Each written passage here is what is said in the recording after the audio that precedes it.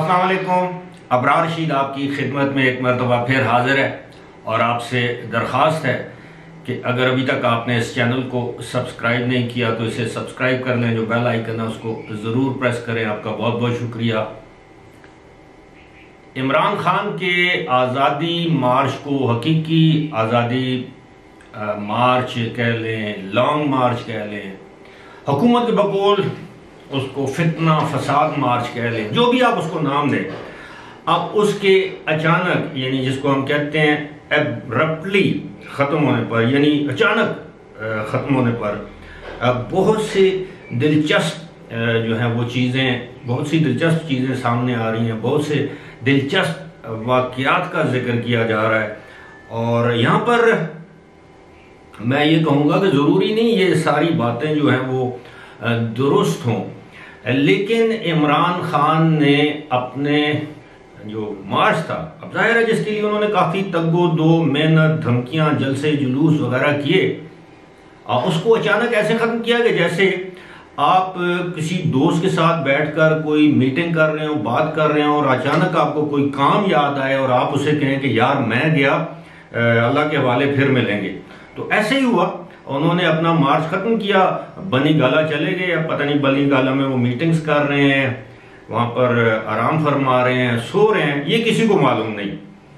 लेकिन इस हवाले से दो तीन चीजें सामने आई हैं। वो ये है कि किसी अहम शख्सियत का उनको पैगाम गया, बल्कि उन्होंने खुद किसी अहम शख्सियत से रब्ता किया कि उन्हें इस्लामाबाद आने की इजाज़त दी जाए, जिसके बाद उनसे कुछ एश्योरेंसेस ली गई कि आप इस्लामाबाद आ सकते हैं, लेकिन वहाँ पर धरना नहीं दे सकते, आप अपना खिताब करें, उसके बाद आराम से अपने घर जाएं, आप अपने मुतालबात हुकूमत के सामने पेश करें। इस्लामाबाद को लॉकडाउन, घेराव जलाव की करने की इजाज़त नहीं दी जाएगी। और कुछ लोगों का ये मानना है कि इस मामले के लिए सुप्रीम कोर्ट की मदद भी हासिल की गई। जिस तरह इससे पहले वाली वीडियो में मैंने आपको बताया था कि सुप्रीम कोर्ट ने इस मामले में तहरीक इंसाफ की मदद भी की कि फ्रीडम ऑफ मूवमेंट और ये जो किसी जगह जमा होना है, ये इंसान के बुनियादी हुकूक हैं। लेकिन अब ये जो कुछ रेड जोन में हुआ है, जो आग लगाई गई है, इमलाक को नुकसान पहुंचाया गया, अब देखते हैं सुप्रीम कोर्ट इस पर क्या नोटिस लेती है और क्या आइंदा अगर इमरान खान इस तरह का एहतजाज करते हैं, क्योंकि अपने खिताब में उन्होंने कहा कि अब तो उनके पास एक ब्लैंक चेक है, सुप्रीम कोर्ट ने उनको इस्लामाबाद लॉन्ग मार्च करने की इजाज़त दे दी है, तो क्या सुप्रीम कोर्ट इस तरह के किसी और मामले की इजाज़त देगी? अब यहाँ पे जो मैंने जिस तरह बताया कि दिलचस्प सूरत हाल ये पैदा हुई है।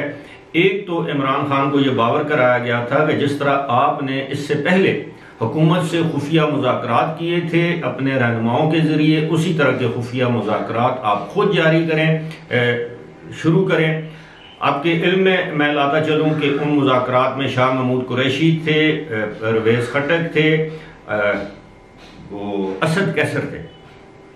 हुकूमत की जानिब से सरदार अयाज सादिक थे, राजा परवेज अशरफ थे जो स्पीकर है कौमी असम्बली के, और साबिक वज़ीर आज़म यूसुफ रजा गिलानी इन मुज़ाकरात में हिस्सा ले रहे थे। इसमें बिल आखिर तहरीक इंसाफ की जानिब से यहाँ तक कहा गया कि आप हमें 6 महीने बाद की इलेक्शन की तारीख दे दें, हमारी जान छुड़ाएं, ताकि हम ये एहतजाज की कॉल से पीछे हट जाएं। लेकिन बिल आखिर जब ये सारा मामला शहबाज शरीफ और नवाज शरीफ तक पहुंचा तो उन्होंने यकसर इस बात से इनकार कर दिया। अब जबकि गुज़श्ता रोज़ इमरान खान ये समझ रहे थे कि उनको डी चौक जाने से कोई भी नहीं रोक सकेगा, लेकिन जब हुकूमत ने, और उनके इल्म में ये था कि हुकूमत अगर पाक फौज को आइन के आर्टिकल 245 के तहत उनकी मदद को इस्लामाबाद इंतजामिया मदद तलब करती भी है, तो जिस तरह माजी में हुआ है, पाक फौज जो है वो इंतजामी मदद के लिए वहाँ पर आने से इनकार कर देगी और कहेगी कि जनाब ये काम हमारा नहीं है, आप इसको इंतजामी मशीनरी या आम पुलिस या रेंजर्स के ज़रिए रोकें।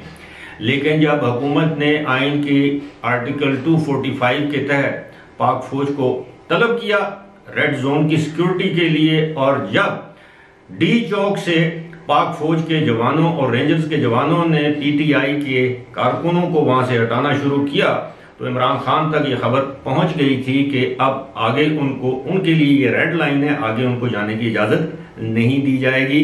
और इससे पहले अगर आपको याद हो, मैं अपनी मुतअद्दिद वीडियोस में इस बात का जिक्र कर चुका हूं कि 2014 में ऐसी सूरत हाल नहीं थी। 2014 में तो फौज ने मुकम्मल तौर पर एक लिहाज से इनकार कर दिया था जी कि इस मामले में आप हमें ना बुलाएं तावक्ते के। जिस दिन अगर आपको याद हो कि एक मरतबा पीटीवी पर हमला हुआ था तो वहां कुछ फौजी जवान चले गए थे, कर्नल की मुहैयत में वो वहां पर जाके उन्होंने लोगों को वहां से बाहर निकाला। लेकिन इस मरतबा इमरान खान को ये बावर करा दिया गया था कि जनाब आपको फ्री हैंड नहीं दिया जा सकता, यानी अमन व अमान को तबाह नहीं होने दिया जा सकता कम वक्त में, और इस बात की इंश्योरेंस ली थी। अब इस बात में तो कोई शक नहीं है कि इमरान खान की जानब से एस्टेब्लिशमेंट के साथ राब्ते बदस्तूर जारी हैं। हालांकि वो कह चुके हैं कि उन्होंने बहुत से लोगों के नंबर ब्लॉक कर रखे हैं। उन्होंने ये भी कहा है कि उनके साथ धोखे हुए हैं। उन्होंने ये भी कहा है कि उनको ट्रैप करने की कोशिश की गई है। अब ट्रैप करने की कोशिश नहीं की गई, आप खुद ट्रैप हुए हैं। देखें, हमारे इलाके में एक, मैं उसको बड़े आसान तरीके से आपको ये बात समझाता हूँ कि कहते हैं कि किसी को मारने से बेहतर है जो उठा हुआ हाथ जो है वो मारे जाने वाले हाथ से बेहतर है। आपके जो हाथ उठे हुए थे, लोग आपसे डर रहे थे, आप इन्हीं में रहते, मशगूल रहते, लेकिन आपने अपनी सारी जो होती है ना, अपनी आपकी सारी तवानाइयां एक जगह डाल के आपने उनको एक्सपोज कर दिया। और बिल आखिर आपका जो 25 मई का जो लॉन्ग मार्च था उसकी सारी हवा निकल गई है। सारी कौम ने देख लिया कि वो लॉन्ग मार्च नाकाम था, चाहे हुकूमत ने उसको नाकाम बनाया, आपके लोग बाहर नहीं निकले, चाहे गिरफ्तारियां हुई, रुकावटें खड़ी की गई, वट एवर। 5 बजे तक पूरे मुल्क में सुकून था। खैबर पख्तूनख्वा में आपकी हुकूमत थी, यहाँ पर कोई ना आया ना कोई गया, ना कोई इस तरह की अमन अमान की सूरत हाल सामने आई। अलबत्ता एक चीज मैंने देखी है कि आपके पास तमाम सरकारी वसाइल मौजूद थे पूरे सूबे के, और उसके बावजूद आप 8 या 10 हज़ार से ज्यादा अफराद को लेकर आप इस्लामाबाद दाखिल नहीं हो सके। आपने अपनी तमाम, जिसे कहते हैं ना कुव्वत बाजू, आपने देख ली थी। जब आपने देखा कि ये मामला नहीं चलेगा तो आप फौरी तौर पर बनी गाला चले गए। अब आप 6 दिन के बाद एहतजाज करें, 8 दिन के बाद एहतजाज करें, 6 महीने के बाद एहतजाज करें, अंजाम उसका वही होगा जब तक कि वो लोग न्यूट्रल हैं जिन्हें आप न्यूट्रल होने का ताना देते हैं, जिनको न्यूट्रल होने की वजह से आप जानवर कहते हैं।